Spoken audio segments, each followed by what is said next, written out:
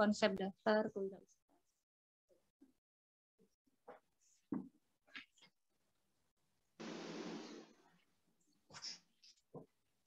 Sebenarnya apa sih kewirausahaan itu ya, berdasarkan kata karena ada satu kata. Kewirausahaan ini bahasa Inggrisnya adalah entrepreneurship. Nah, entrepreneurship ini merupakan bahasa yang disadur dari bahasa Jerman ya zaman waktu itu, yaitu entreprende, yang artinya adalah petualang, mengambil resiko, kontraktor atau bisa berarti juga pengusaha, dan bisa berarti juga pencipta dan yang menjual hasil ciptaannya. Nah, dari bahasa itulah orang melabelkan seseorang yang mengembangkan kemampuannya untuk menciptakan sesuatu dan kemudian nanti sampai dengan dia memasarkan ya hasil yang sudah dia ciptakan itu sebagai entrepreneur. Kegiatannya adalah entrepreneurship atau kewirausahaan. Gelar yang dilabelkan adalah wirausahawan atau entrepreneur. Nah, ada banyak sebenarnya definisi tentang kewirausahaan atau entrepreneurship. Saya mengutip 2 di antaranya ya. Yang pertama adalah menurut Richard. Sebentar.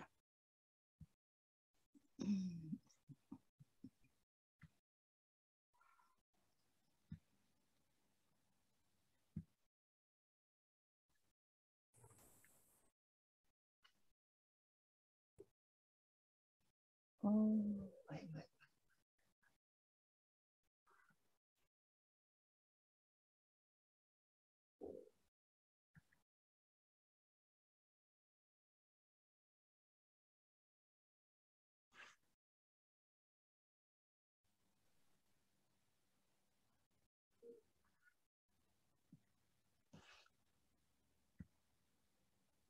Ya, 2 di antaranya ya. Yang pertama adalah menurut Richard Cantillon, termasuk yang tua. Ini definisi yang dia sampaikan, bahwa kewirausahaan adalah sebagai pekerjaan itu sendiri, sebagai wirausaha. Jadi seorang pengusaha membeli barang dengan harga tertentu dan menjualnya pada masa yang akan datang dengan harga yang bisa jadi dia naik atau turun. Jadi tidak menentu. Nah, dari barang itu dia create ya. Dia create menjadi sesuatu yang baru, yang memberikan nilai tambah terhadap barang tersebut. Jadi definisi lebih menekankan bagaimana seorang berisiko, maunya dia menyimpan sesuatu untuk memberikan nilai tambah. Tapi kita tidak tahu di masa yang akan datang apakah hasil dari yang dia buat itu bisa bernilai lebih dari yang sebelumnya.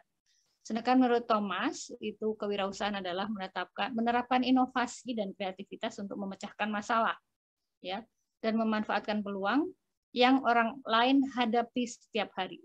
Kita ketahui bahwa manusia hidup itu tentunya tidak pernah terlepas dari sebuah permasalahan. Nah, apakah permasalahan ini nantinya akan menjadi sebuah tantangan bagi seseorang untuk menyelesaikan permasalahan tersebut atau bagaimana, itu tergantung bagaimana seorang individu menangkap peluang. Seperti halnya era pandemi di mana orang tidak boleh saling bertemu, ya, keterbatasan mobilitas, kemudian keterbatasan pertemuan antara satu dengan yang lainnya, yang mengakibatkan orang berpikir bagaimana saya bisa mengakses ya layanan kesehatan, kemudian konsultasi dokter, kemudian belanja, dan seterusnya. Nah, orang-orang yang melihat ini sebagai sebuah peluang, itu mereka kemudian menciptakan beberapa produk ya. Produk ini tidak hanya barang ya, yang saya sampaikan di awal, bahwa produk ini bisa jasa, bisa berupa apa saja. Kemudian membangun sebuah startup ya, membuild up sebuah program yang bisa digunakan untuk berkomunikasi dengan orang lain, belanja tanpa harus keluar dari rumah dan seterusnya, yang memudahkan kita dalam segala hal. Nah, ini bisa jadi mungkin tidak difikirkan oleh beberapa orang yang memang tidak menangkap itu sebagai peluang, tapi sebagian besar dari orang-orang menangkap hal ini ya, setiap hari dalam kehidupan kita itu adalah sebuah peluang. Kita bangun tidur, saudara biasanya bangun tidur ngapain? Mandi? Sarapan? Mandi, Bu. Buka, Bu. Mandi? Mandi, Bu. Mandi. Habis mandi? Sarapan? Sarapan. Sarapan juga. Habis itu mungkin orang mungkin kalian hanya akan berpikir ya berjalan seperti biasa, mandi, sarapan dan seterusnya. Tapi orang berpikir saya mandi, ketika mandi saya butuh apa? Orang butuh apa sih kalau mandi itu? Nah, di situ mungkin mereka bisa menimbulkan ide-ide yang mungkin nggak pernah difikirkan oleh orang lain. Nah, disitulah peluang itu didapatkan. Begitu orang buka mata, orang pasti akan lihat oh peluangnya di sini, begini dan seterusnya. Ya, tuh yang dilihat dari pendapat dari si Thomas ini. Jadi ada dua, pada prinsipnya ada dua hal yang sangat diperhatikan dalam kewirausahaan, dalam definisi wirausaha ini adalah yang pertama melihat peluang, kemudian menjadikan sesuatu yang lama menjadi baru, ataupun yang memang baru bentuknya, sehingga meningkatkan nilai tambah. Ya.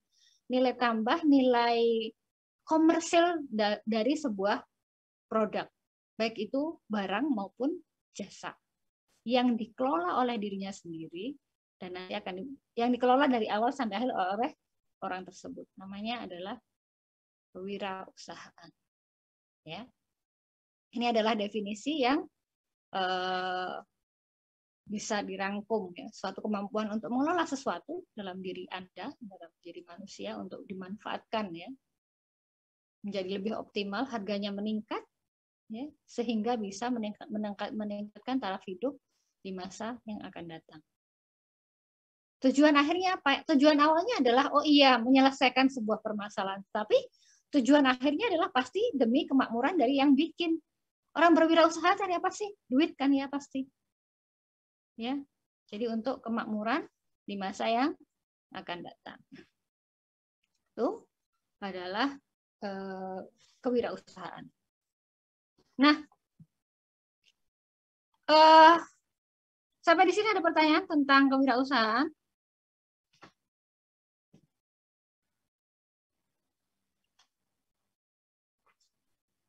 Belum ada, Ibu. Belum, Ibu. Oke. Ada 5 ya, ada 5 konsep dalam kewirausahaan. Yang pertama adalah kelincahan atau agility, kemudian daya tahan atau endurance, kemudian yang ketiga kecepatan, keempat kelenturan, dan kelima kekuatan. Yang pertama adalah kelincahan atau agility. Ini merupakan sebuah kemampuan yang dimiliki oleh seseorang untuk mengubah arah dengan cepat, ya, dan tepat pada waktu yang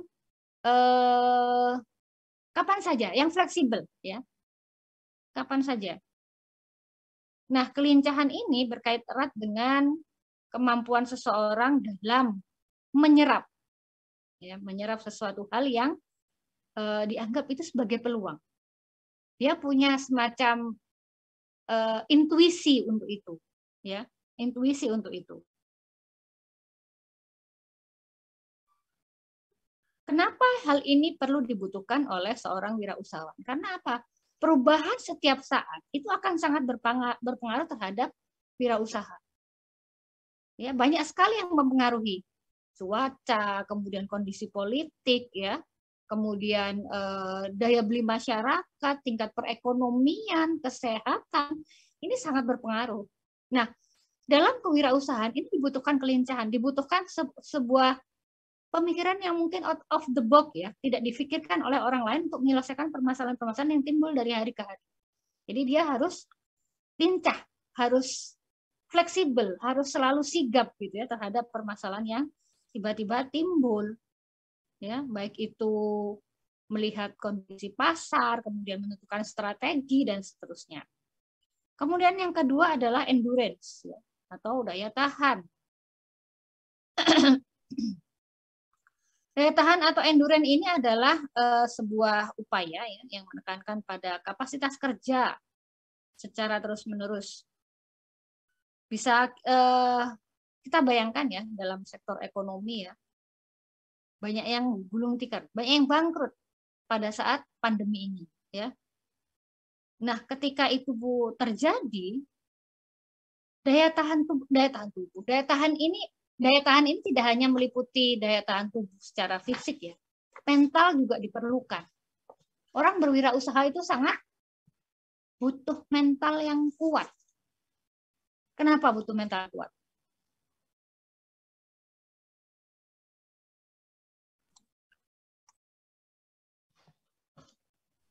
Mohon izin menjawab, Ibu. Ya, silakan Mas Hifni.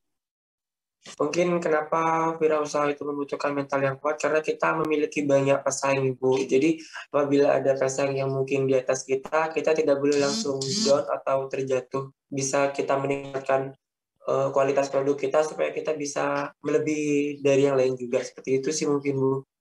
Ya, terima kasih Mas Hifni. Yang lainnya mungkin mau menyampaikan pendapat, silakan. Ya kan, Mbak Putri.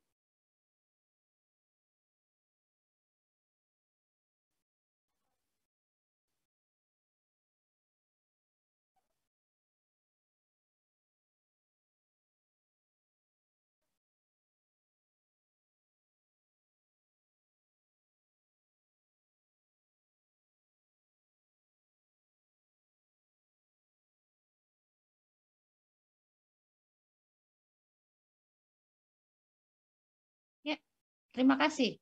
Sepakat. Harus tahan banting. Ya. Berikutnya mungkin satu orang lagi, silakan. Mbak Farah kayaknya yang tadi mau ngomong. Izin menjawab, Ibu. Sopo? Sopo Mbak gitu? Oh iya, Mbak. Oke, silakan Mbak. Menurut saya wirausaha harus memperkuat mental karena harus berani mengambil risiko dalam keadaan situasi apapun, termasuk dalam pandemi yang memungkinkan ekonomi itu melemah, sehingga kita dalam wirausaha harus bisa mengambil suatu keputusan dengan mental yang kuat. Terima kasih, Ibu. Ya, terima kasih. 3 orang sudah menyampaikan pendapatnya. Sepakat ya bahwa sesuai dengan definisi kata entrepreneur itu tadi, bahwa sebuah wirausaha itu, sebuah kegiatan wirausaha itu sangat-sangat penuh dengan ketidakpastian. Kita nggak tahu.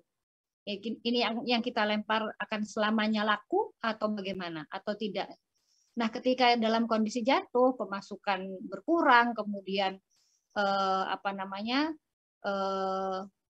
gagal, gulung tikar dan seterusnya, kita memang harus punya mental yang cukup kuat untuk berdiri, untuk merintis lagi. Mungkin harus dari kejadian kemarin ada yang harus diperbaiki. Tetapi tidak hanya itu saja, bahwa mental ini diperlukan ketika kita pun juga sedang sukses. Ya. Mental ini yang susah. Mental ketika jatuh, ketika bangkrut, ketika gagal, bisa dipastikan orang-orang itu bisa tough, mereka kuat, mereka bisa berdiri, mereka bisa, ya saya harus bangkit, saya harus mulai lagi. Tetapi belum tentu ketika orang yang sudah sukses di atas dengan wirausahanya ini bisa tetap down to earth. Ya enggak semua orang bisa seperti itu. Yang ada biasanya ketika sukses, sudahlah ya, inilah, itulah.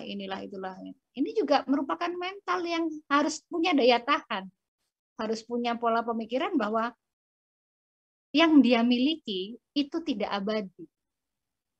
Ya, ini kemarin ada influencer yang sedang disorot ya, siapa itu? Sultan Medan tuh ya. Habis ngomong sampai bingung, Tuhan itu mau memiskinkan aku dengan cara apa? Miskin beneran sekarang kan? Tuh. Mental yang kayak gitu, yang kadang-kadang orang lupa gitu. Orang lupa bahwa ini juga penting, sebuah kondisi mental ketika seseorang dalam posisi di atas, posisi berhasil, posisi sukses. Ya, nggak semua orang bisa seperti itu. Nah, itu konsep kedua dalam kewirausahaan. Yang kedua adalah daya tahan. Kemudian yang ketiga adalah kecepatan. Ya. Sebenarnya saya sampaikan tadi, apa bedanya dengan kelincahan? Lincah ini bergeraknya. Sedangkan kecepatan ini adalah bagaimana dia mampu berpikir, cepat mengambil keputusan. Dalam mengambil keputusan. Ya. Ada yang menyampaikan bahwa usaha yang baik adalah usaha yang apa? Yang beruntung? Yang bisa memenuhi pangsa pasar? Yang apa? Usaha yang baik itu adalah usaha yang dijalankan, tidak hanya difikirkan, tidak hanya direncanakan, tetapi diimplementasikan. Kita nggak tahu kita mau sukses atau tidak kalau itu tidak dijalankan.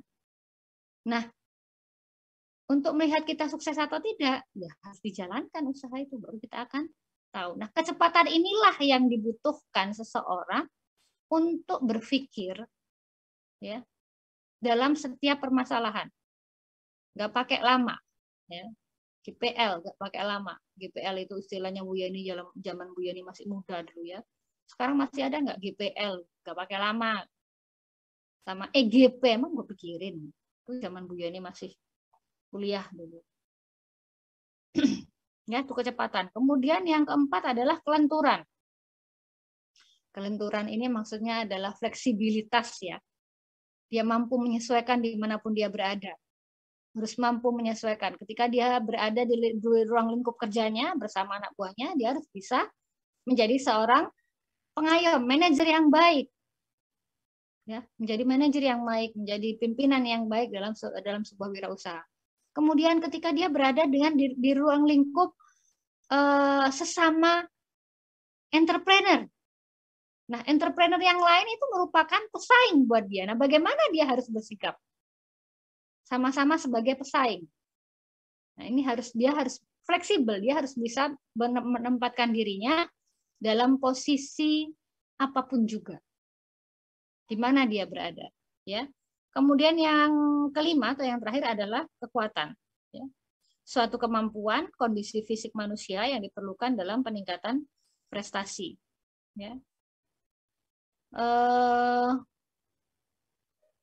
Jika seseorang memiliki kekuatan terhadap ketika dia melakukan pengelolaan terhadap wirausahanya, ya, maka insya Allah kemungkinan besar dia akan bertahan. Ya, kekuatan fisik ini maksudnya, kekuatan fisik, karena semuanya baik, insya Allah fisiknya juga akan baik. Nah, kekuatan inilah nantinya yang bisa dia bangun, yang bisa dia pergunakan sebagai modal untuk mengembangkan wirausahanya. Ya, ini 5 konsep dalam kewirausahaan. Ada pertanyaan? Ada diskusi? Silakan.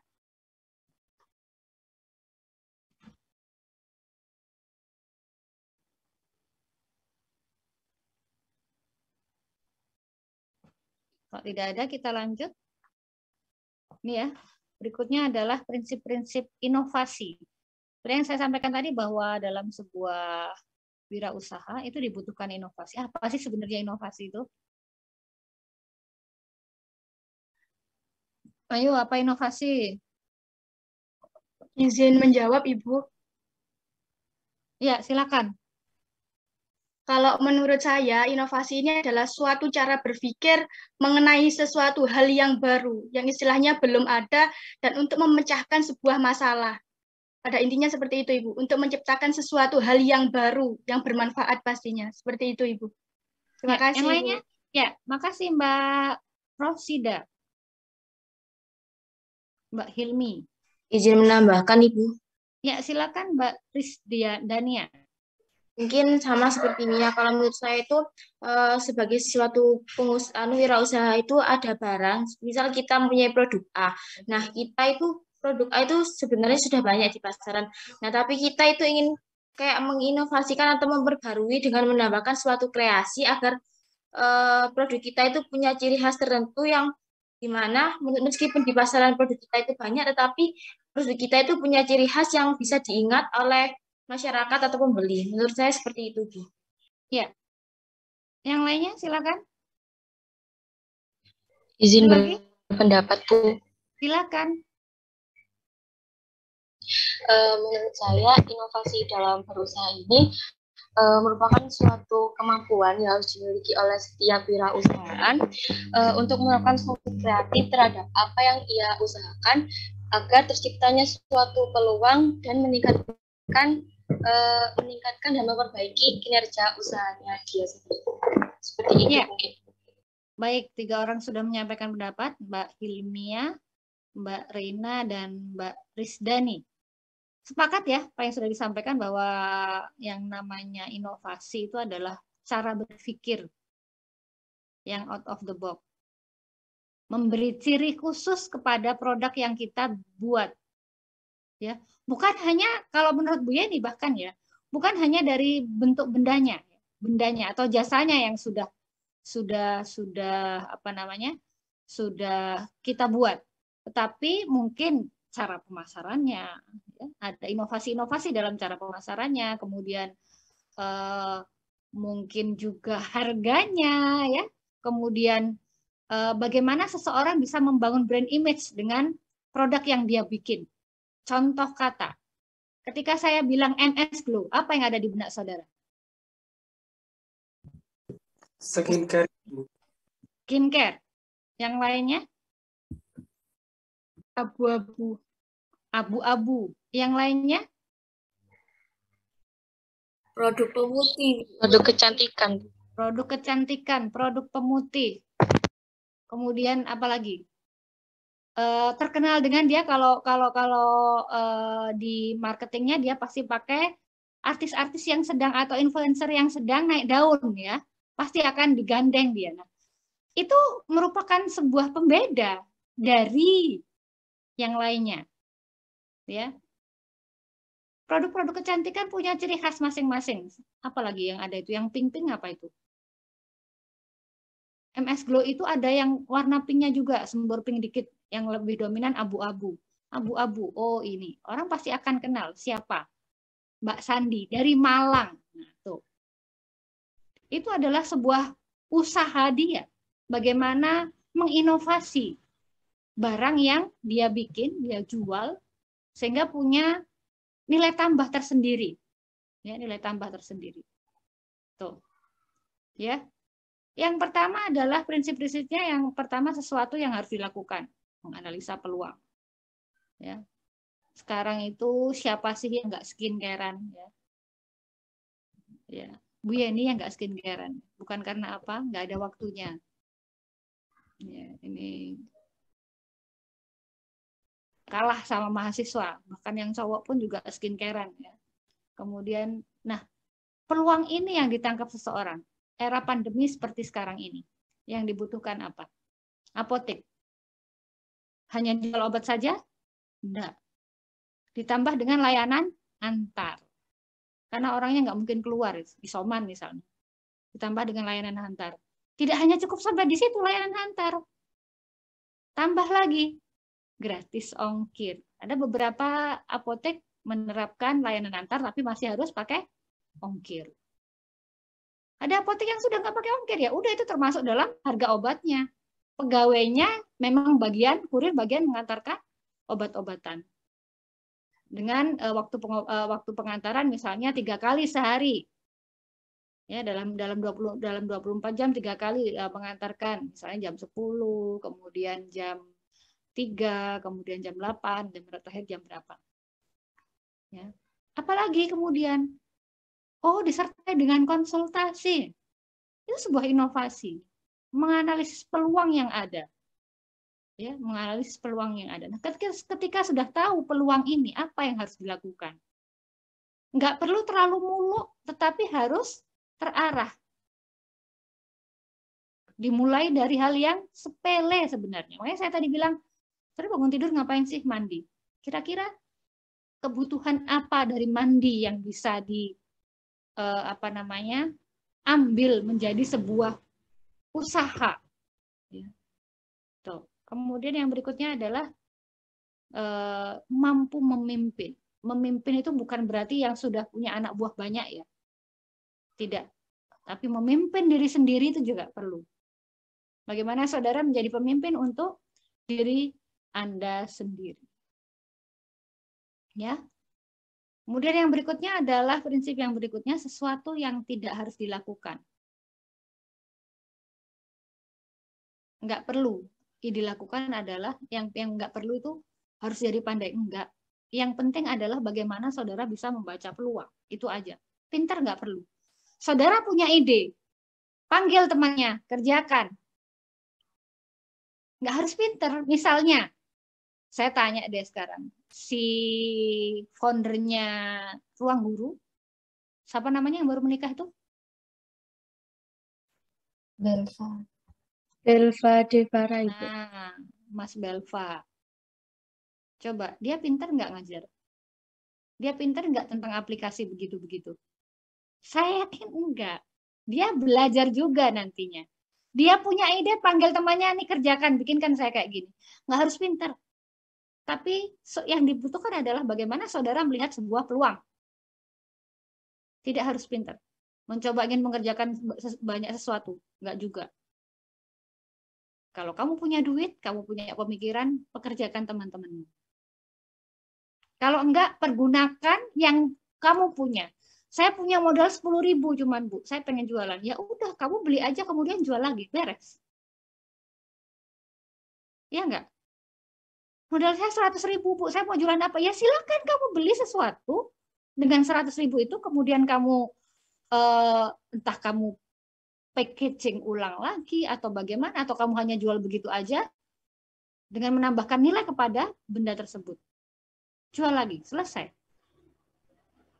Ada mahasiswa, ada yang dari Lumajang? Saya ini. Iya. Tahu Metro Saya City, Mbak? Nah, yang Lumajang lah pokoknya. Metro City atau apa ya itu ya? Klinik apa yang di depannya terminal itu? Mulia Sejahtera. Klinik Mulia, klinik apa? KHM, sik. Apa jenenge iku? Sebentar, saya carinya kok saya lupa.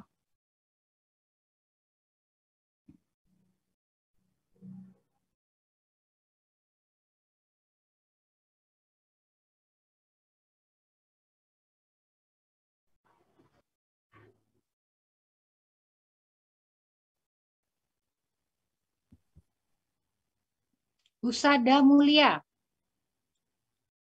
Pernah tahu? Pernah ini. Nah, dia alumni FKM yang punya. Nggak percaya kan? Alumni FKM. Mbak Berlian itu alumni FKM. Dia sampai punya Metro City, kemudian punya beberapa semacam kayak, sekarang dia ke Berlian Kosmetik. Nah, tuh. Dia punya 4 klinik. Bayangkan, punya 4 klinik. Awalnya dari apa? Jualan pulsa ketika kuliah. Jualan pulsa. Punya 100.000, ya udah dia pakai 100. Ini, oh iya, belum bisa saya menyampaikan ya, insya Allah tanggal 19 Maret ini ada kuliah tamu, kuliah pakar kewirausahaan ya, nanti pematerinya ada 2. Yang satu pemenang startup apa ya, lupa saya. Nanti saya share, nanti di-share. Ya. Tahun yang lalu Mbak Berlian ini yang jadi pemateri. Jadi ketika ditanya bagaimana memulai sebuah usaha, jawabannya simpel. Ya pakai duitmu yang ada sekarang. Mahasiswa sekarang itu terlalu banyak leha-leha. Ini bukan Bu Yani yang ngomong, Mbak Berlian yang ngomong. Saya carikan wajahnya ya. Apa ya? Tak carikan wajahnya. Alumni kita. Berhasil dia membangun sebuah bisnis. Suaminya awalnya PNS rumah sakit ya. Akhirnya keluar. Gaji seberapa dibandingkan dia mengurusi 4 kliniknya. Yang di Lumajang pasti tahu, kliniknya lumayan besar yang di Kelakah kalau nggak salah. Ada satu baru. Gede.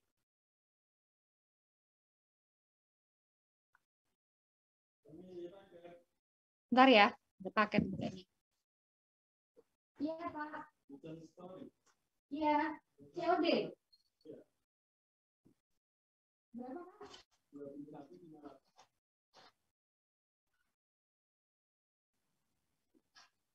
51 gimana?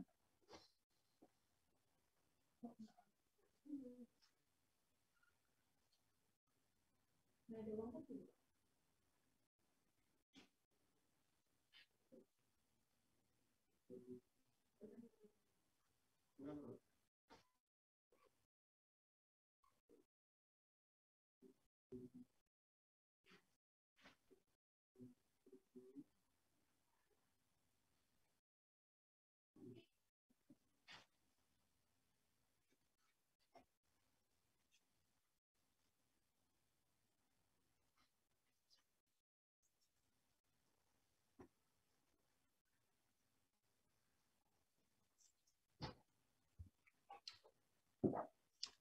Ya, ya, dia bisa menangkap peluang berapapun dia punya duit. Ini orangnya, ini kamera ya. Oh, pakai tok, nggak kelihatan karena ini pakai background, nanti aja. Ya, dia bisa membuka peluang. Ketika saya tanya berapa Mbak, ketika sekarang ya, udah sukses ini, saya tanya berapa modal untuk membuat satu klinik? Jawabnya berapa? 5 miliar. Itu baru tanah dan bangunan. Belum isinya. 5 miliar. 5 miliar untuk beli tanah dan bangunan. Belum isinya. Saya gini, wih hebat ya Mbak, dari 100.000 sekarang punya duit 5M. Saya bilang. Dan dia mainnya nggak main-main. Jalannya ke Eropa, ke Jepang ya. Kalau cuma sini-sini aja mungkin udah tutup kabeh sudah ya. Ya. Jadi itulah, memulai usaha itu enggak perlu modal yang wah gitu ya. Seperti kita ketahui foundernya si MS Glow juga sama Juragan 99 itu awalnya dia jual keset, duitnya dikumpulkan, ya. Istrinya jualan kosmetik, duitnya dikumpulkan, ditelateni, ditekuni apa yang memang itu menjadi sebuah komitmenmu, itu yang penting, ya. Kemudian prinsip yang sudah kita berbicara Mbak Berlian dan para wirausaha yang lainnya. Ya, ada pula, nah ini yang mengatakan privilege, ada yang privilege yang katanya mulai dari nol, tapi sekolahnya di Amerika, sekolahnya di Australia gitu ya. Motivator-motivator kan gitu, itu nggak usah didengerin ya. Yang harus didengerin adalah yang lokal-lokalan saja, yang memang dia mau merintis dari bawah. Memang dia merintis. Kalau Mbak Berlian itu dulu awalnya jualan pulsa. Setelah itu dia satu kos dengan anak-anak FK. Oh, anak FK butuh ini, dia yang nyarikan. Nggak pakai duitnya, tapi pakai anak duit FK itu tadi. Sini DP dulu deh, dia nyarikan, ambil bati, dijual lagi. Begitu terus. Ya. Jadi modal tenaga dia itu. Bahkan dia pernah bilang ketika kulaan pulsanya katanya di Pasar Tanjung. Kalau sekarang di daerah kampus itu udah banyak yang jual pulsa untuk ini. Ya. Kalau dulu dia harus ke Pasar Tanjung untuk beli neckbank temennya. Dan kemudian ketika sudah dapat untung nih yang punya usaha ya, jangan terus untuk beli-beli, tapi pergunakan lagi untuk modal sebagiannya. Ketika keuntungan itu sudah didapat, dipisah. Duit modal, duit keuntungan. Nah, dari duit keuntungan ini disimpan lagi, yang satunya dipakai modal untuk mengembangkan usahanya. Itu Mbak Berlian bikinnya seperti itu. Saya dulu punya usaha di rumah. Ibu saya bidan ya. Kemudian saya melihat peluang bahwa ketika orang mau melahirkan tuh jarang mereka ada yang bawa pepek. Pepek itu baju pepek ya, baju lengkap gitulah. Ya, kadang-kadang orang mau melahirkan, orang belum familiar dengan maternal preparation ya, menyiapkan kebutuhan ketika dibawa mau bersalin. Dari situ saya baca peluang. Awalnya saya hanya berjualan popok, gurita, baju, sama bedong. Dah ini aja. Ya, ini satu etalase kecil dulu saya punya. Kemudian lama-lama saya bikin saya tambah koleksi saya dengan baju bayi itu ada 3 macam. Yang murah, yang sedang, yang mahal. Bahannya juga macam-macam. Ada katun, ada kaos ya. Dari yang merek pasaran sampai yang Carter saya punya. Baju. Setelah itu, oh ibunya butuh sewek, butuh jarit, butuh sarung. Kalau orang desa kan sarungan ya sama stakenan biasanya. Saya penuhi. Dari etalase kecil jadi etalase besar. 1 etalase besar. Jarit, gendongan, saya tambah mulai gendongan jarit ya, gendongan biasa gitu, gendongan konvensional sampai dengan gendongan yang modern gitu ya. Kemudian, oh ternyata orang nanya, Mbak punya kojong, saya beli. Awalnya saya siapkan 2 saja. Kemudian setengah lusin, kemudian 1 lusin. Baca, tangkap peluangnya. Nggak usah jauh-jauh, di depan matamu aja. Akhirnya, kemudian sampai 2 etalase besar. Saya punya 2 etalase besar di rumah ibu saya. Kemudian karena yang saya berada di luar kota ya, saya di Surabaya waktu itu, kuliah waktu itu saya di Surabaya. Sampai tak kasih tahu ya, saya menikah dengan duit jualan saya itu. Saya jual stiker juga karena ada yang nanya anak kecil-kecil gitu ya. Biar nggak nangis kalau apa gitu, saya pakai stiker, dibelikan stiker sama ibunya. Kalau lagi lagi imunisasi gitu ya, tuh itu sebagai salah satu ininya. Dari duit duit stiker itu, saya bisa beli cincin nikah. Zaman segitu, saya bisa beli cincin nikah. Bu, kok ibu yang biayain? Iya, semua biaya dari saya. Saya nggak minta. Tapi nggak apa-apa deh, saya beli. Saya yang beli. Ya, bisa beli. Dan usaha stiker itu memang dulu sama suami saya. Setelah kenal, dia kemudian, coba stiker, ada anak kecil-kecil itu kan pasti dia tertarik. Oke, stiker. Dari duit stiker itu bisa dibelikan untuk cincin kawin. Terus kemudian, karena saya sekolah, saya pasrahkan ke orang ya, di situ. Kemudian setelah menikah, kesini, berubah bisnis saya, Itu sudah saya pasrahkan sama ini ya. Dulu zaman segitu itu saya kulaannya ada yang dari Surabaya, saya belanja di Pasar Kapasan sama Pasar Turi. Naik sepeda motor. Kalau saudara orang Surabaya, rumah saya itu di Lidah Kulon. Lidah Kulon itu Surabaya Barat. Ya, Surabaya Barat, terus ke daerah JMP sana, Pasar Turi. Surabaya mana itu? Timur kah? Iya, Surabaya Timur. Saya sepeda motoran bawa gelangsing gede gitu ya. Ditaruh di belakang sama di depan. Malu, Bu. Saya pernah diginikan sama teman saya. Saya bawa gelangsing gitu ya. Tahu gelangsing nggak? Kalian tahu nggak? Nggak tahu gelangsing?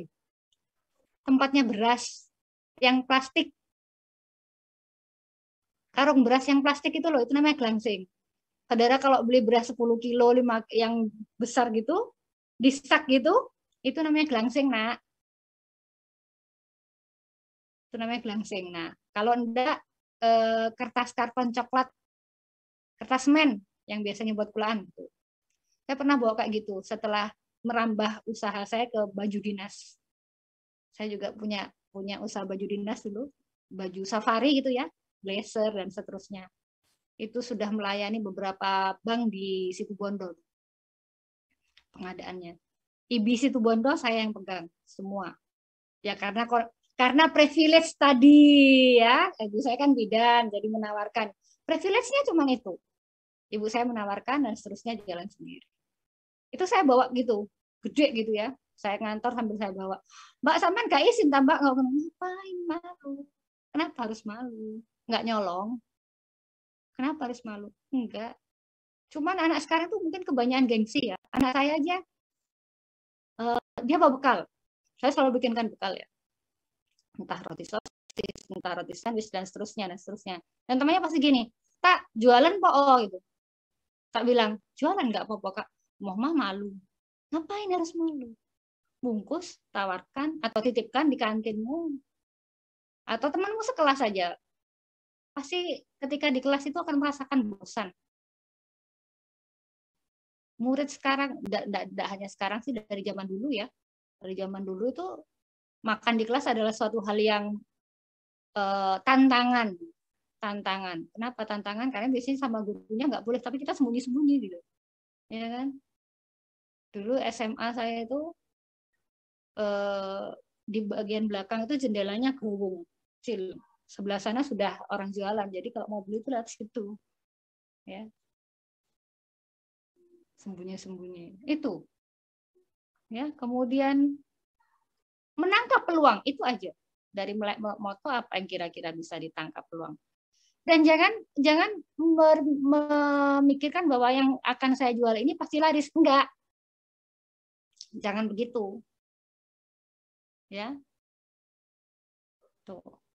Kondisi. Nah, ini yang perlu diterapkan. Perlu pengetahuan. Enggak harus pinter, tapi saudara harus tahu. Kemudian yang kedua, membangun keunggulan sendiri dan inovasi.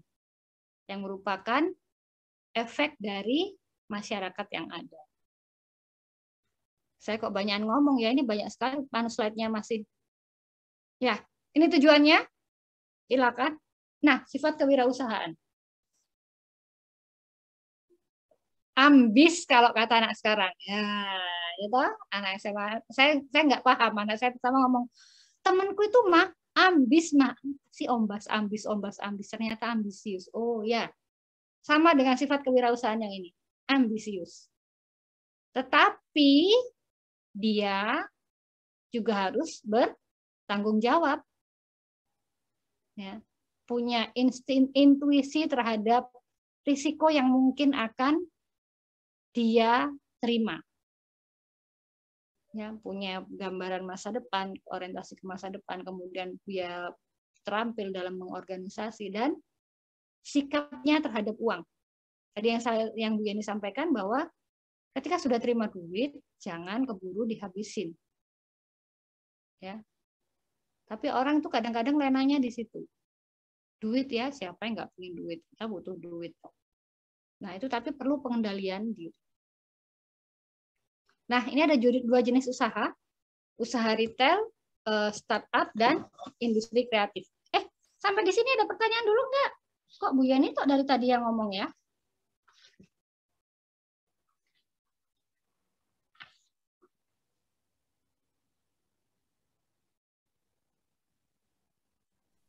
Izin bertanya, Ibu. Ya, silakan Mas Febrian. Itu pada bagian sesuatu yang tidak harus dilakukan, pada poin ketiga mencoba inovasi untuk masa yang akan datang. Itu mengapa tidak harus dilakukan, Ibu? Saya masih agak bingung. Iya. Tidak harus dilakukan. Kenapa, Bu? Kok tidak perlu dilakukan? Ayo, kenapa coba?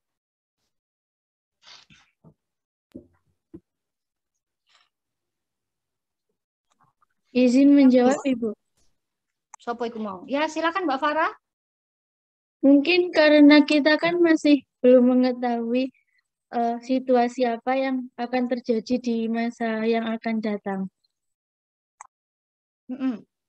Ada lagi yang lainnya? Izin menjawab, Ibu. Iya, silakan. Karena bukan mencoba, tetapi kita harus menjalankan agar bisa mengetahui usaha tersebut dalam inovasi tersebut dalam sukses. Terima kasih, Ibu. Iya, terima kasih. Satu lagi, 3 orang. Dia ini punya kebiasaan 3 orang nih. Izin menjawab, Bu. Ya, silakan Mbak Yesi. Menurut saya, kita tuh harus belajar dari hal kecil dulu seperti yang tadi dikatakan sama Bu Yeni di PPT itu. Nah, untuk yang masa datang itu juga nanti bakal diperlukan kayak kelincahan, kecepatan itu dan akan mengalir dengan sendirinya. Kalau misalnya kita udah punya ide, terus udah pintar buat menganalisis peluang gitu, Bu. Terima kasih. Ya, terima kasih Mbak. Mbak Yesi, Mbak Uswatun, dan Mbak Farah. Ya, ketika kita baru memulai usaha, kita nggak perlu yang muluk-muluk dulu itu tadi. Sederhana. Kerjakan dulu apa yang kelihatan di depan mata, kemudian lihat dulu perkembangannya. Ya, kalau ada perkembangan positif, lanjutkan. Kalau enggak, mungkin butuh inovasi yang lain. Kapan Bu kita bisa melihat? Kita nggak bisa lihat itu hanya dalam satu hari, 2 hari, sebulan, 2 bulan. Ya, kita butuh waktu. Butuh waktu untuk melihat tanggapan pasar. Begitu ya, Mas? Baik, terima kasih, Bu. Iya, sama-sama.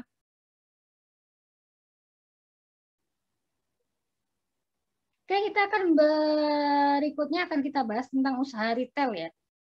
Apa sih sebenarnya usaha retail itu? Ya, usaha retail itu sudah banyak sekali berkembang di Indonesia. Jaringan minimarket, supermarket ya, yang ada di Indonesia, waralaba, yang menjual segala macam kebutuhan manusia. Sebenarnya usaha retail ini bukan suatu hal yang mudah ya, nggak mudah juga memulai usaha retail ini. Dia harus punya modal besar retail itu, ya, karena dia harus punya struktur organisasi yang pas, badan mungkin mempunyai pengelolaan keuangan yang tepat ya kalau usaha retail ini. Kemudian yang kedua adalah bisnis startup. Apa sih sebenarnya startup itu?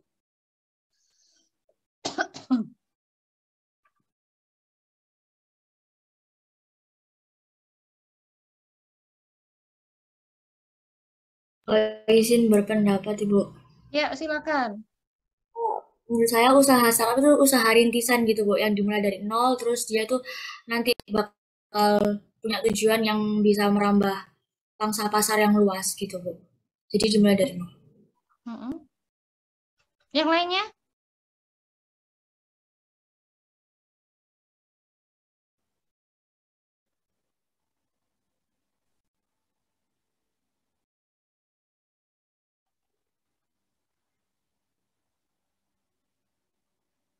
Izin menambahkan, Ibu, mungkin kalau menurut saya usaha startup itu usaha yang dilakukan oleh pemula bisnis. Jadi pemula bisnisnya itu kayak merintis usaha baru dan tujuannya itu sama seperti yang Yesinia ungkapkan, itu untuk menguasai pasar yang sekarang yang sekarang istilahnya itu kayak di pasar itu sekarang yang dibutuhkan itu apa kayak gitu.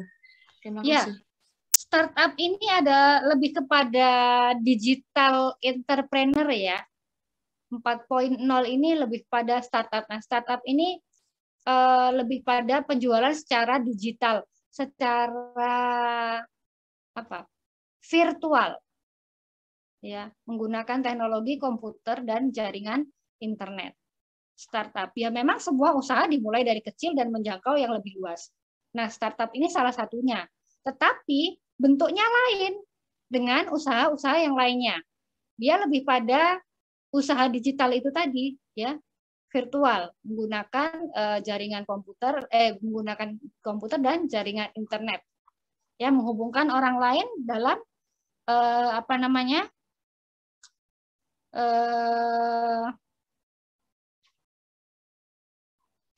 apa istilahnya, di tempat lain, e-commerce ya, komersial yang elektronik, e-commerce, membangun e-commerce gitu ya.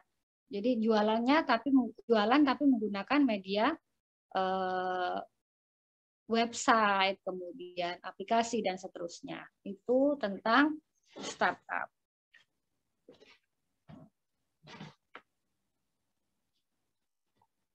Mas Menteri, Mas Belva, tuh ya, itu yang bekerja di bidang entrepreneur. Kemudian yang terakhir adalah industri kreatif. Nah, industri kreatif ini adalah sebuah kegiatan ya, sebuah kegiatan atau sebuah usaha yang menunjukkan kreativitas seseorang, ya, berbagai bidang usaha tentunya. Industri kreatif yang sekarang ini copywriter, kemudian ada lagi fashion designer, ghostwriter, penulis artikel ya, dan masih banyak yang lainnya, influencer itu ya. Tapi sayang banyak influencer yang mungkin orang nggak begitu memanfaatkan apa yang dia kerja, yang nggak semuanya influencer itu bermanfaat ya. Ada yang nggak jelas juga. Oke, ini etika wirausaha secara umum.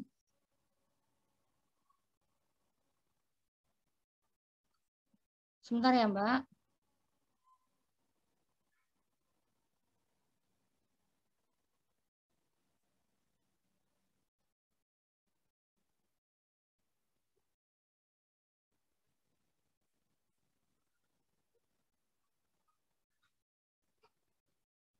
Siapa ini yang keluar? Mbak Rena sudah masuk lagi kah? Sudah, Ibu. Oke, itu siapa sih tentu terusan? Oh, benar sudah 50.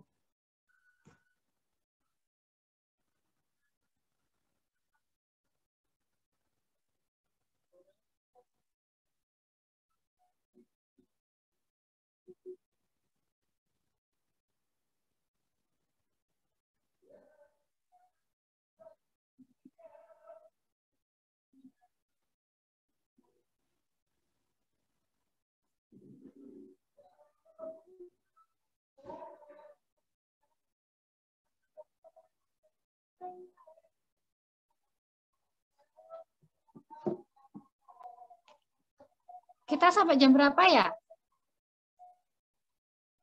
Jam 11.20. Oh, masih lama. Aduh. Saya boleh ambil minum ya? Karing.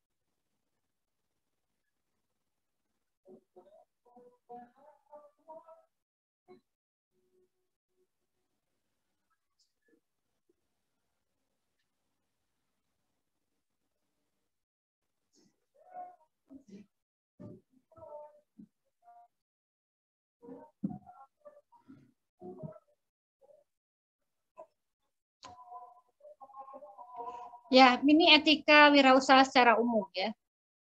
Sebenarnya kalau ini sih orang pun juga bukan wirausahawan juga harus seperti ini ya. Berpenampilan sopan, berpakaian layak dan pantas, berbicara yang santun, perilaku yang menyenangkan orang lain adalah suatu hal yang harus dimiliki oleh semua orang, nggak hanya sebagai seorang wirausahawan. Ini etika dan norma.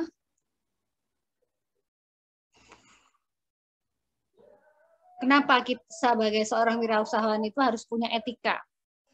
Harus punya unggah-ungguh. Ya. Yang pertama adalah untuk menjalin networking. Kalau saudara punya penampilan yang selengean, terus kemudian nada bicaranya meremehkan orang lain, nggak menyenangkan, ya mungkin networking saudara akan susah ya. Tidak berada pada circle yang tepat. Nah, kalau sekarang kan gitu kan ya, ruang lingkup gitu. Teman-temannya, oh cycle-nya tuh bahasa ini, apa namanya, bahasa Jakselan, bahasa Jakartaan gitu ya. Kemarin ada kelas yang dari Jakarta Selatan, anak kelas apa? Lupa saya. Di kelas ini kah? Bukan ya?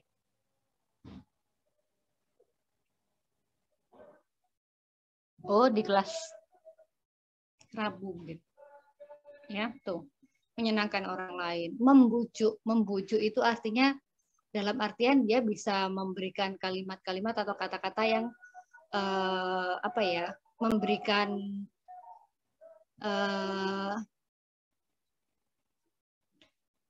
apa istilahnya, nyeneng nih gitu ya, menyenangkan bagi orang lain, mempertahankan pelanggan, membina dan menjaga hubungan. Ini tahapan atau proses dalam sebuah kewirausahaan. tahap perkenalan, ketertarikan, tahap proses. Tapi kadang-kadang, apakah tahapan ini harus dimiliki oleh seseorang?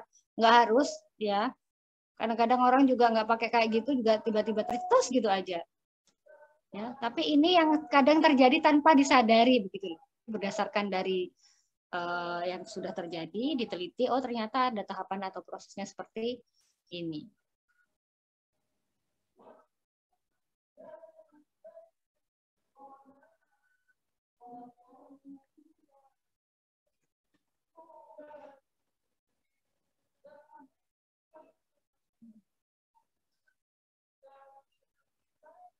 Nah, ini melaksanakan bagaimana mengimplementasikan proses kewirausahaan. Ya. Yang pertama adalah mengamati lingkungan. Butuh apa sih lingkungan ini? Kira-kira kalau saya jual bikin seperti ini, laku nggak di lingkungan ini? Ya. Kira-kira. Tapi saya nggak punya modal. Saya tak ngajak teman saya yang punya duit. Saya yang punya ide, kamu yang bayar, yang jalan. Oke. Nanti pembagiannya begini-begini. Oke, jelas. Kemudian dilaksanakan. Ya. Ini adalah proses implementasi dari sebuah proses usaha tadi. Ini faktor keberhasilan ya. Peluang sudah pasti ya. Faktor sumber daya manusia, faktor keuangan, faktor organisasi, perencanaan, pengelolaan usaha, pemasaran, administrasi, dan faktor pemerintah juga menentukan ya. Apakah pemerintah berpihak kepada ekonomi mikro ya daripada harus yang cukong-cukong. Kita nggak tahu.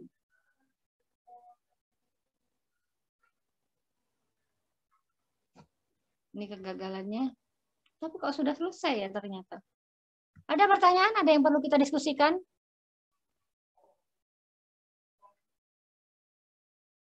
Karya dan ya.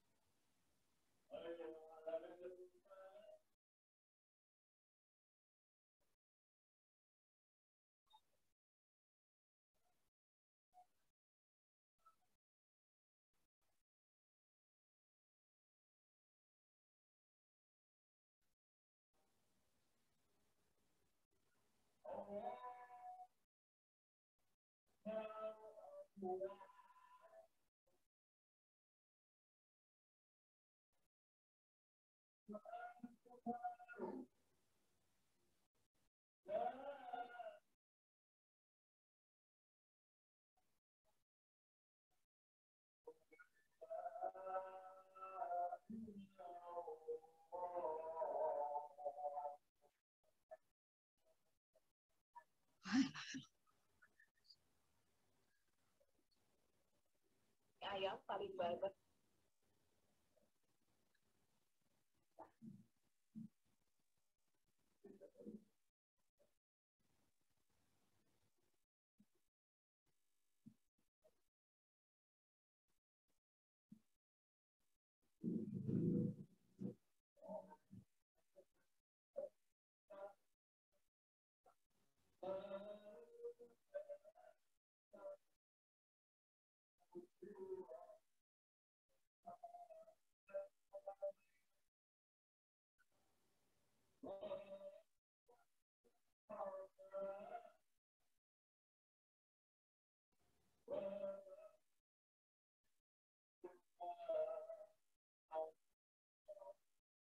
Iya, silakan. Ada pertanyaan, ada diskusi?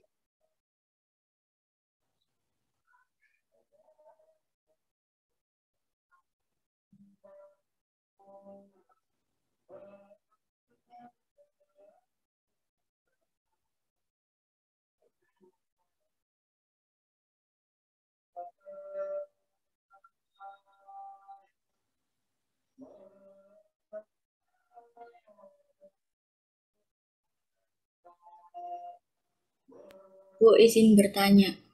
Ya, silakan. Oh, Bu, diketahui kayak misalnya sekarang itu banyak yang ngetren gitu kayak misalnya investasi saham kayak gitu-gitu, Bu. Dan itu saya mau tanya bagaimana pendapatnya Bu Yanika terhadap kayak banyak mahasiswa juga teman-teman SMA gitu yang udah nanam saham gitu dengan kayak ada aplikasi-aplikasi yang banyak menggiurkan gitu Bu untuk bisa nanam saham gitu. Itu gimana ya pendapatnya Bu Yanika? Saya not recommended ya, Mbak. Saya not recommended. Saya nggak pernah tertarik dengan yang namanya penanaman saham yang model virtual kayak gitu. Beneran, saya nggak tertarik sama sekali gitu loh. Apalagi yang Bitcoin, Binomo, apalah yang BB kayak gini gitu tuh nggak pernah tertarik saya. Walaupun dulu awal-awalnya suami saya pernah bilang, iki hasilnya bisa banyak loh nanti. Cuman belinya harus entah apa komputernya atau aplikasinya tuh 2 juta lah yang pasti-pasti aja. Saya nggak begitu tertarik Mbak kalau Bu Yeni ya. Kalau Bu Yeni itu bukan bisnis Mbak. Kayaknya bukan bisnis, bukan entrepreneur deh itu ya. Dia kan hanya semacam apa ya? Nambang sesuatu dari orang lain gitu loh. Orang lain yang ini kita yang mendapatkan hasilnya, duitnya. Sama halnya dengan multi level marketing. Kan mirip kayak gitu. Yang paling bawah itu yang paling sengsara, entah kapan duitnya balik.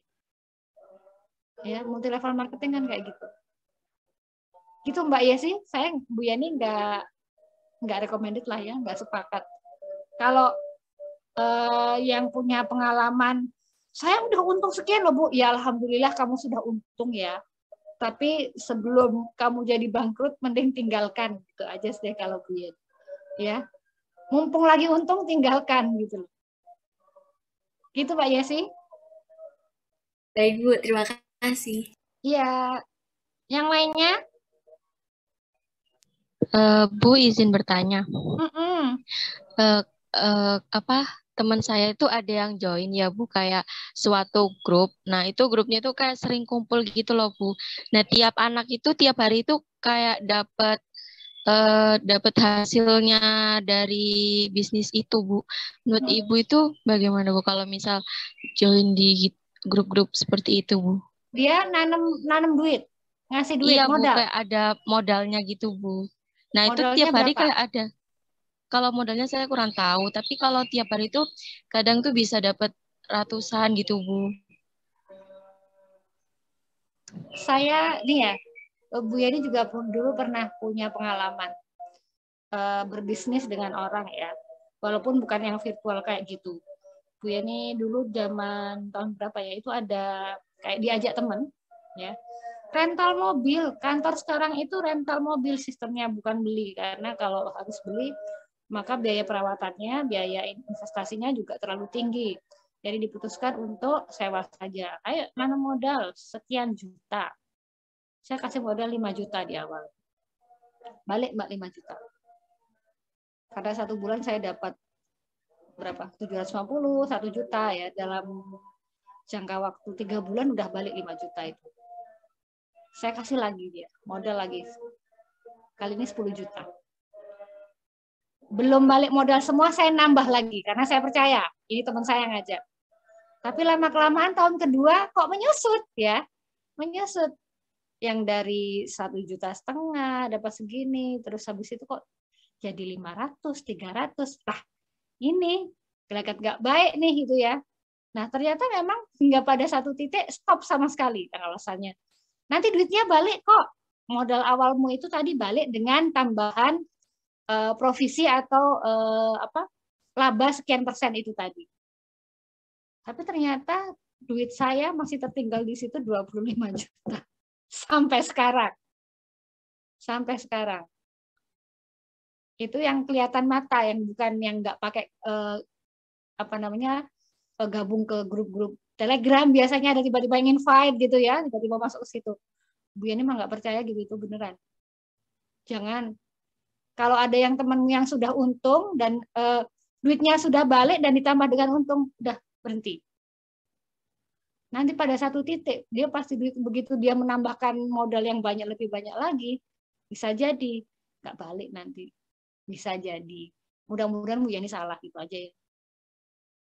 Gitu Mbak, itu bukan wirausaha itu Mbak. Wirausaha itu benar-benar dari pemikiran kita gitu loh, melihat peluang yang ada, melihat pangsa pasar butuhnya apa? Saya bisa kok menyediakan seperti ini. Nah, itu adalah wirausaha. Memberikan inovasi pada barang-barang yang mungkin lama menjadi suatu hal yang baru. Begitu. Mbak Rena. Baik, terima kasih, Bu. Ya.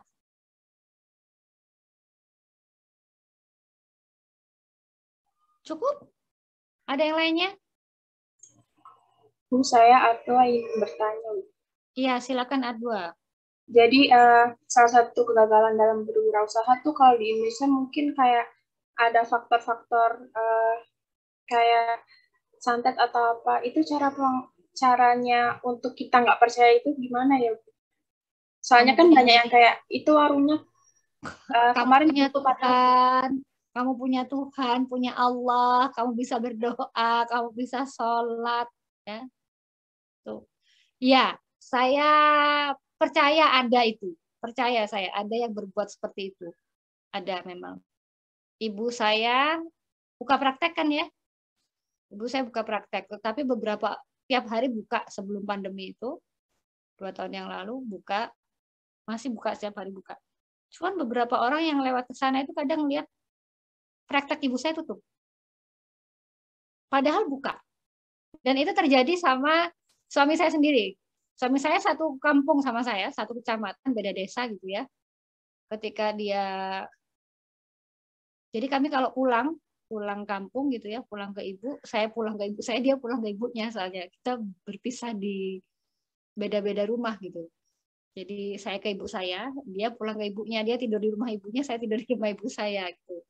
Nah pada suatu saat dia jalan-jalan sama bapak ibunya, nggak jalan-jalan, dari rumah sakit ngantar kontrol bapak mertua, pulang, terus dia telepon ke rumah setelah sampai rumah gitu. Mah, ibu tutup kan? Enggak, buka. Tutup kok? Buka, dari tadi buka 2 kali suami saya bilang gitu. Dan itu terjadi juga sama teman saya, ya orang UNES itu ada yang istrinya buka warung ya. Istrinya tuh buka warung. Terus habis itu suatu saat ketika dia pulang, kok warungnya tutup gitu loh. Warungnya tutup. Terus habis itu dia sampai rumah nanya ibu nanti gitu. Yang warung Pak. Boh, warungnya tutup, bapaknya bilang gitu. Enggak, di warung kok. Kamu ibu buka gitu. Terus habis itu istrinya pulang duhur gini, pulang dia sholat tutup gitu ya. Terus tanya, kan Dede, jago warung gitu. Warungnya tutup belum. Buka Mas, ayal-ayalan. Jadi ada memang yang seperti itu. Bagaimana caranya kamu menghindari? Kamu punya Tuhan, punya Allah. Berdoa. Ya. Ya salah satu, bukan gagal, salah satu halangan, hambatan seseorang berwirausaha itu ya seperti itu, ada aja keduanya. Rezeki Allah yang atur, bukan mereka yang atur. Mau jualannya sama, mau yang digelar sama, tapi Allah punya jalan, punya rezeki, punya alamat sendiri-sendiri. Gitu Mbak kalau Bu Yen.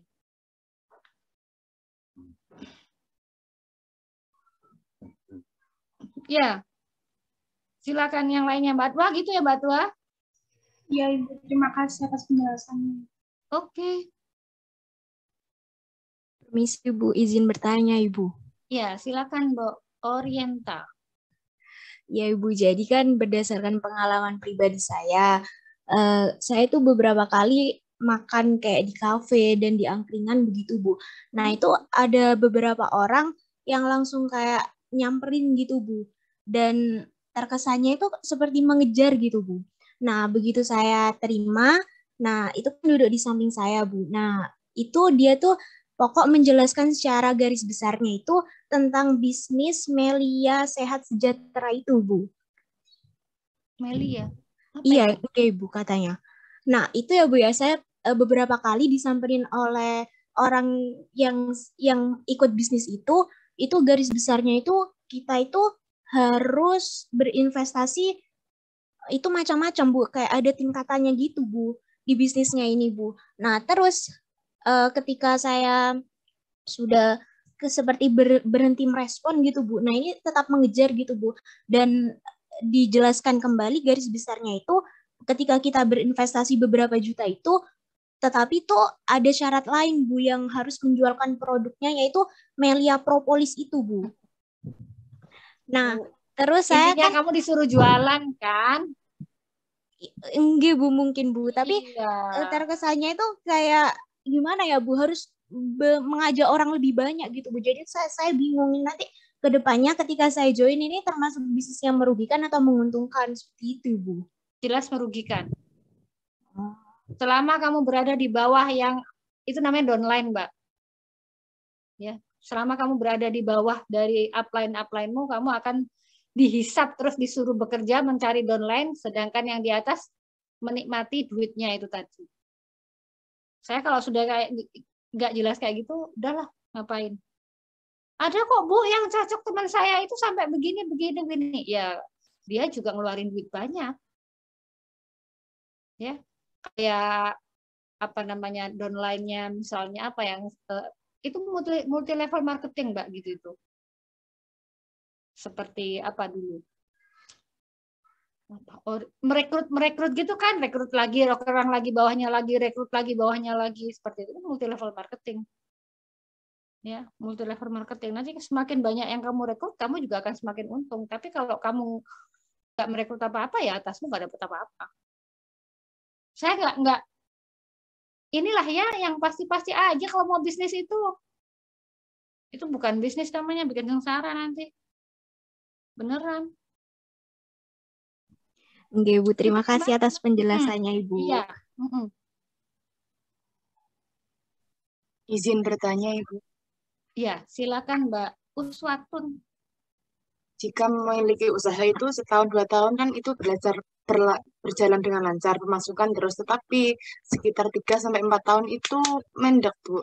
Berhenti sampai pemasukan itu tidak ada, perusahaan tersebut tidak bisa memenuhi barang. Lalu apakah yang menggunakan cara apakah itu perusahaan itu ditutup atau mendapatkan dana seperti pinjam di bank? Terima kasih. Iya, begini Mbak, tadi ada faktor yang menyebabkan kegagalan sama keberhasilan ya. Salah satunya faktor kegagalan adalah manajemen keuangan. Sebuah usaha yang besar mestinya dia punya manajemen keuangan yang kuat, satu itu. Kemudian yang kedua, harus selalu melakukan evaluasi dan inovasi. Kalau orang belum punya brand image, kemudian dia stuck di situ, dia tidak memberikan inovasi apapun juga terhadap produknya, ya mungkin lama-kelamaan akan dilupakan dan ditinggalkan. Contoh kata pembalut. Pembalut itu ada berinovasi loh, walaupun cukup panjang. Dari tahun nggak enak ya. Tahun nggak enak ketika Bu Yeni haid untuk pertama kalinya, tahun berapa saya haid ya? Tahun 90 mungkin. SMP kelas 1 tahun 90. Ke sekarang tahun berapa? 2000. Sudah 10 berapa? 1990. Sekarang sudah 2022, itu kan dewe sepirang puluh tahun. Pembalut itu dulu cuman kotak putih gitu. Dalamnya entah kapas, entah apa, saya nggak tahu. Dan tebal sekali. Tebal sekali. Kelihatan banget kalau lagi mens gitu. Ganjel. Kemudian mereknya juga sama, ada Softtek, ada Hers. Dulu yang terkenal Softtek dulu. Makanya sekarang orang tua kalau nanya kan, kok ada Softtek? Karena dulu namanya Softtek. Sekarang kan banyak pembalut. Jenisnya banyak. Dulu Softtek nama. Coba kalau ada di Indomaret, masih ada namanya Softtek dulu. Coba searching nanti ya, pembalut zaman dulu. Sudah benar-benar cuma kotak begini. Itu aja, tebal banget segini. Semakin tebal, semakin disukai karena jarang ganti. Dan itu pun kadang orang-orang masih harus nyuci. Dicuci ya bekas darahnya, orang tua dulu yang mewajibkan dicuci bekas darahnya terus baru dibuang. Kalau sekarang saya nggak menyarankan untuk dicuci karena memang pembalut itu tidak untuk dicuci. Karena kalau dia dicuci, darahnya itu sudah darah kotor ya, keluar lagi, nanti kita nyentuh segala macam, lah udahlah buang aja. Yang penting dibungkus dengan rapi. Dia berinovasi. Setelah ada pembalut yang modern-modern itu tadi. Softtek ditinggalkan, sekarang orang lebih melihat Lauri, Charm, ya, pembalut-pembalut yang lainnya. Intinya bahwa sebuah produk itu tidak boleh stuck. Tidak boleh diam. Dia harus terus melakukan evaluasi terhadap barang yang sudah dijual. Sama kemungkinan-kemungkinan yang akan datang. Contoh kata, pembalut itu tadi. Lama-kelamaan orang nggak nyaman pakai pembalut dengan segitu tebalnya.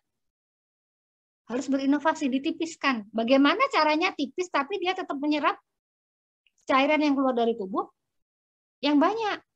Nah, itu berinovasi. Terus kadang-kadang tembus samping. Karena cuma di tengah, dulu nggak ada yang bersayap, Mbak. Nggak ada dulu sayap-sayapan kayak gitu. Ya udah kotak gitu aja. Ya, kotak gitu aja. Oh, akhirnya dikasih pinggiran. Tuh. Dulu sampai pakai dua jajar gini depan belakang supaya nggak tembus belakang. Sekarang inovasinya sampai dengan 40 cm. Itu harus terus berinovasi. Kalau enggak, dulu. Capcin. Saudara kenal capcin tahun berapa? Cappuccino cincau. SD ya. Sekarang ada? Udah jarang. Udah nggak ada. Boba sekarang. Itulah kalau kita nggak berinovasi. Sekarang boba. Dan kupi-kupian. Ya toh? Kalau tidak berinovasi ya akan tergerus begitu lagi. Dulu. Kue-kue dengan brand artis-artis. Semua pada bikin kue. Nggak ada inovasi, ya udah buyar. Makanya kemarin ketika saya bukan konsultasi, ngobrol, mau bikin makanan, jangan brandmu, jangan namamu. Karena kalau kamu tenggelam, kuemu ikut tenggelam.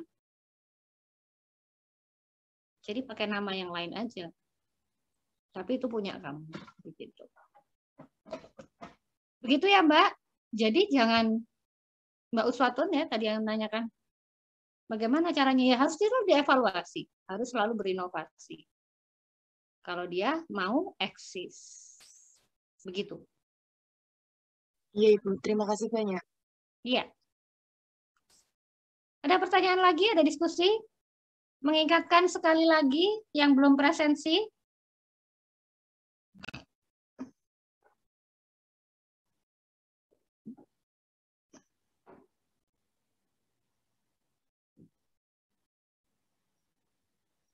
Cukup?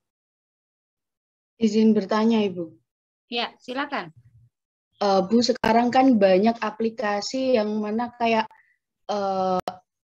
ada kode referral gitu loh, Bu. Kalau misal kita ngundang teman, nanti kita dapat uang dari hasil ngundang temennya itu. Jadi kan makin banyak yang install aplikasi tersebut. Nah, itu apakah termasuk inovasi untuk aplikasi tersebut, Bu? Terima kasih. Kamunya atau mereka yang ini? Yang mengembangkan aplikasi itu? Yang mengembangkan aplikasinya, Bu. Kalau Tapi yang kan mengembangkan aplikasi, dia pasti disebut sebagai entrepreneur, sebagai wirausaha, dan itu adalah inovasinya. Inovasi lain dari multi level marketing. Kalau dulu ngajak langsung, sekarang kan invite. Ya, kalau dulu kan ayo ikut, nah, sekarang invite. Orangnya mau setuju mau enggak ya tergantung dia mau ikutan atau enggak nanti ketika di invite, gitu kan? Nah, itu.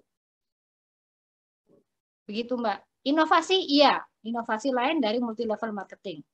Tapi untuk yang ikut enggak.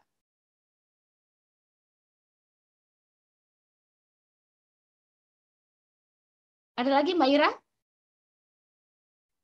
berarti kalau kayak yang Indra Kents itu bukan wirausahanya, bukan dia cuman kayak mempromosikan si binomo itu terus dapat keuntungan dari apa namanya anggotanya yang loss atau rugi Iya. itu gitu.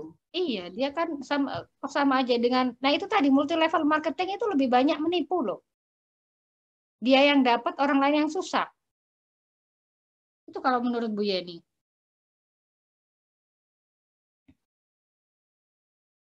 Kenapa? Kamu fansnya ini ya, Mbak Ira?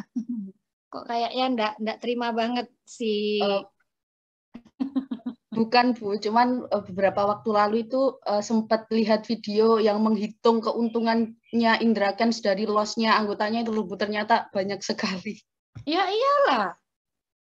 Orang yang dilihat orang indranya sudah berhasil dia dapat segitu duit banyak ya dari dia menginikan followersnya orang-orangnya. Lah dia mau ngajak siapa? Ngupload. Indranya yang ngakak duitnya. Deh, yo ngupload. Ya, begitu ya. Gitu. Oke. Ada pertanyaan, ada diskusi lagi? Izin bertanya, Ibu. Ya, silakan Mbak Adelia. Saya ingin bertanya, di Pamekasan kan ada pergantian alun-alun. Nah, ada suatu usaha itu yang dibukanya itu dekat dengan alun-alun, Ibu. Jadi waktu awal-awal buka ya lancar-lancar saja usahanya. Namun alun-alun dipindahkan jadi menjadi seperti daerah yang ditinggalkan seperti itu, Ibu. Nah, kan otomatis usahanya juga mulai berkurang, surut gitu, Ibu. Nah, menurut Ibu itu lebih baik memindahkan lokasi atau memulai inovasi seperti online gitu, Ibu? Dia jualan apa? Ini seperti supermarket kecil-kecilan gitu, Ibu. Kalau dia lakunya karena memang di situ rame, ya, mending dia pindah tempat ke yang rame. Tapi kalau lakunya karena dia supermarket berarti kan semua ada barang bisa dijual di manapun juga ya. Maksudnya Bu Yeni, dia supermarket itu kan Indomaret bisa jual, Alfamart juga bisa jual, toko-toko kelontong juga bisa jual gitu loh. Tidak harus dia yang jual kalau toko kayak minimarket kayak itu. Tapi kalau makanan ya, dia laris, dia sudah punya pelanggan tetap, lebih baik dia jualan online, tambah ongkos kirim. Karena dia sudah punya pelanggan tetap. Ya, kecuali barangnya dia sendiri. Ngerti nggak maksudnya Bu Yeni? Kalau barang itu bisa dijual oleh orang lain, oleh toko lain, mending dia pindah tempat. Ya, tapi kalau barang itu adalah trademarknya dia, misalnya makanan. Ya, kalau makanan kan orang misalnya jual pecel, kan nggak mungkin orang jualan pecel dengan rasa yang sama dengan dia, ya kan? Nah, dia lebih baik buka delivery order karena sudah punya pelanggan tetap. Oh, jadi yang apabila yang dijual itu brandnya sendiri, jadi lebih baik bertahan di tempat itu dan melakukan inovasi. Kalau cuma kayak jadi distributor, mending pindah tempat gitu. Iya, betul. Kalau menjualkan barang yang sama, misalnya jualannya adalah susu Indomilk, semua kan ada di mana-mana Indomilk. Mungkin dia di situ laku karena memang di alun-alun orang butuh gitu loh. Akhirnya dia datang ke toko itu. Tapi kalau di tempat lain ya orang lain kan bisa ke toko lain untuk dapatkan Indomilk itu tadi. Tapi kalau makanan yang dia masak sendiri dengan cita rasa sendiri dan pelanggan tetap dan pelanggannya itu sudah banyak, ya mending dia bertahan di situ, kemudian dia bikin delivery order. Atau kalau di alun-alunnya ada Car Free Day, dia jualan di sana dengan tidak menutup toko yang di sini. Kalau itu makanan, bisa kan? Nggak harus membawa tokonya ke sana, tetapi pada hari-hari tertentu, pada Car Free Day, Sabtu Minggu, begitu ya, dia ke alun-alun. Buka Misalnya dia stand. pakai mobil. Iya, betul. Oke, Ibu. Ya. Terima kasih. Iya. Jangan-jangan dia yang punya usaha lagi. Nanyanya serius banget. Ada lagi yang lainnya? Cukup? Ya, silakan Mbak Putri.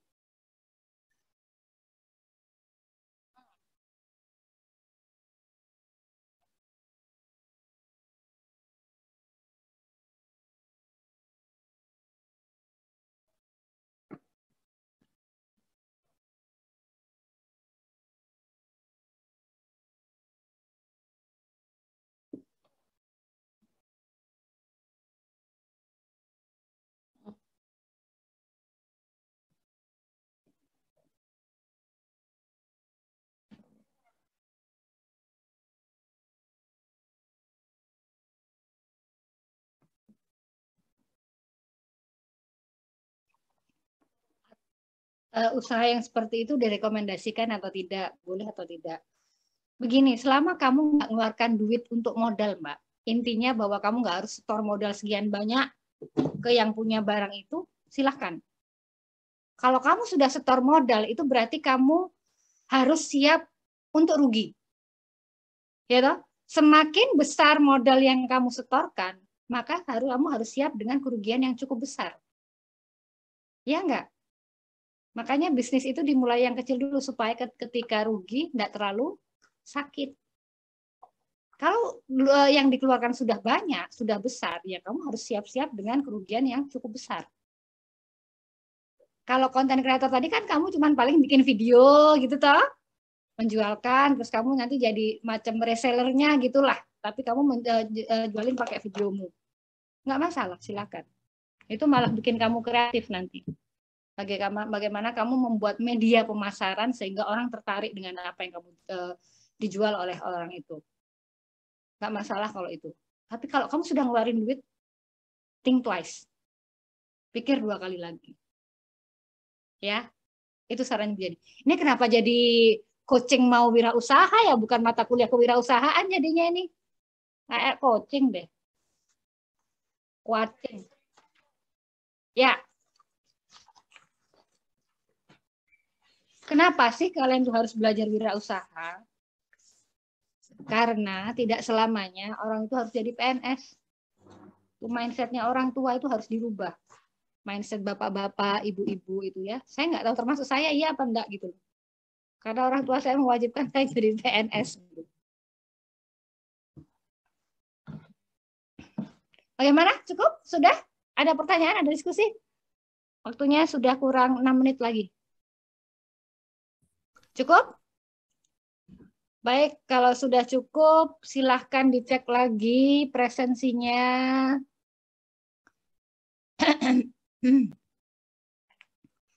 Mohon maaf, sering banget tenggorokan. Saya kok belum ngecek ini ya.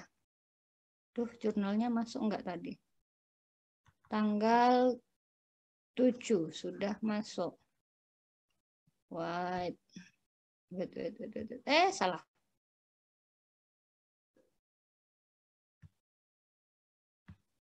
Kewirausahaan kelas C. Oke, sudah masuk. Baik, kalau tidak ada pertanyaan, tidak ada diskusi, saya akhiri sampai di sini pertemuan kita. Ketemu lagi minggu depan dengan startup dan metode bisnis yang lainnya yang sudah saya sampaikan tadi ya. Selamat siang, semoga